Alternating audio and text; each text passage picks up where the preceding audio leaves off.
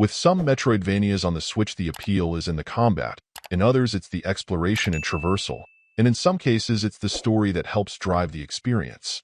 While many may hit two of those notes successfully, it tends to be more unusual to see titles that not only tackle all three areas, but then manage to do it well.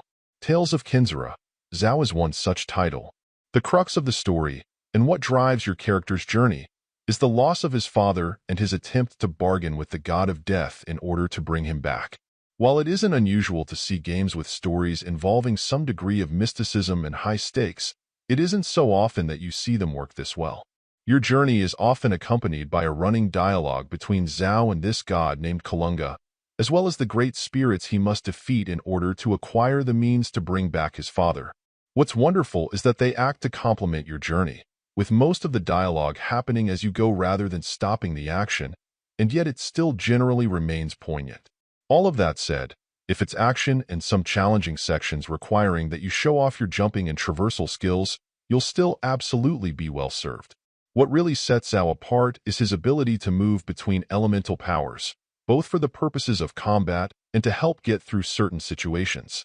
There's nothing quite as satisfying as jumping into the air, throwing down an ice ball, and freezing the water beneath you to conquer a specific section. And what's terrific is that mechanically it all feels quite natural and smooth to execute, something that's a relative rarity. Similarly, while perhaps you may find methods to exploit to cheese your opponents, I enjoyed consistently changing up my combat game, moving between elements and exploring what fun you could have with extended combos.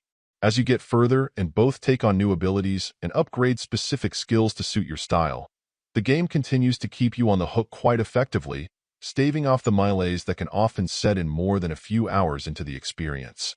Taking all of this into consideration, Tales of Kenzera, ZAU is truly a triple threat of a Metroidvania, aiming for and hitting all of its critical targets with a pretty equal level of quality. While perhaps the level of skill people will need in order to be up to the task may be slightly higher than average, that isn't to say it isn't accessible. You'll just really need to be up on your skilled jumping game to get through certain sections. Regardless, while perhaps it would look and perform a bit better on another system, it's one of the best overall titles I've played in the genre on the Switch in quite some time. Overall, my final score for the game ended up being at 8.8. And if you're interested in picking it up, it's currently available on the Switch eShop for $19.99. Thank you for taking the time to listen to this review. And if you'd like more information or ideas of indie games worth checking out on Switch, be sure to click on the link provided in the description. Until next time.